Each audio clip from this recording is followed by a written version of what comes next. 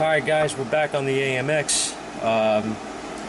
Parts that I made did not exactly work out as planned. Stupid me did not take the retainer home with me, as I think I mentioned in the other video. So I didn't take into account how far in this thing was going to sit. So this was too short in the end, which I thought it was going to be. That was my stupidity. I should have taken the rest of the stuff home with me. But in any case, I was able to fabricate something here and make it work, so it's okay. Things are going to work out anyway. I would have liked to use the brass. I like the brass better.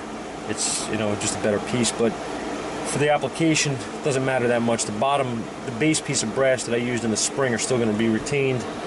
And what I did was I fabricated this thing up here out of aluminum at the shop, and this is going to work just fine. I tested it already. It does work, and I didn't get it on camera, but we're good with that. Then I moved on to replacing that broken spring that I was showing you for the steering lock that never worked in the vehicle.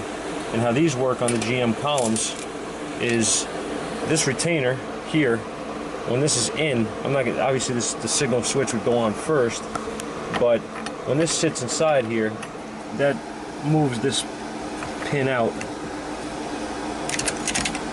like that. Let me shut the key off, and it will lock when it goes into one of these slots. Okay, so that's how that's going to work.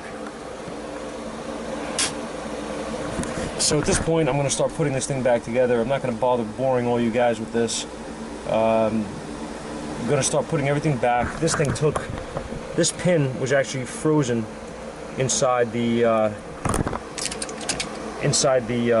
bore when I took this apart, and I sanded everything down with fine emery cloth and lubricated everything back up, and got the new spring in, and now she works as designed. Doesn't get stuck. So we're going to tighten down. We're going to put our screws back in here. We're going to put that back together, and then we're going to put our switch back and begin putting all of the other parts here that we have back together with the new steering wheel. And with any luck whatsoever, once I tighten up the steering assembly outside the vehicle at the box and get it all together, she should be in working order again, I hope. If not, then I guess I'm going to be in for more of a treat here working on this thing. So here's the piece of here's what's left of the spring that I was showing you for the steering lock mechanism here.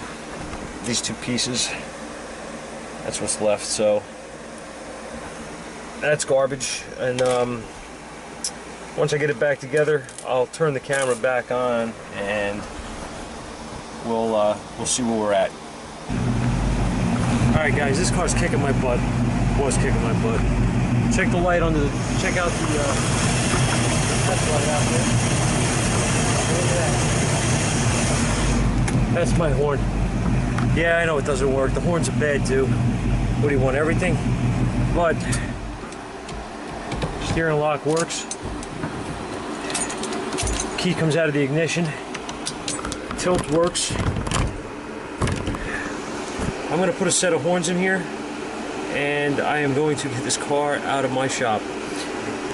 Everything went well, as well as could be expected, I guess, considering. So we're pretty much done here. That's the new steering wheel that he wanted, and that's pretty much it. So yeah, that's it. So we should be good to go.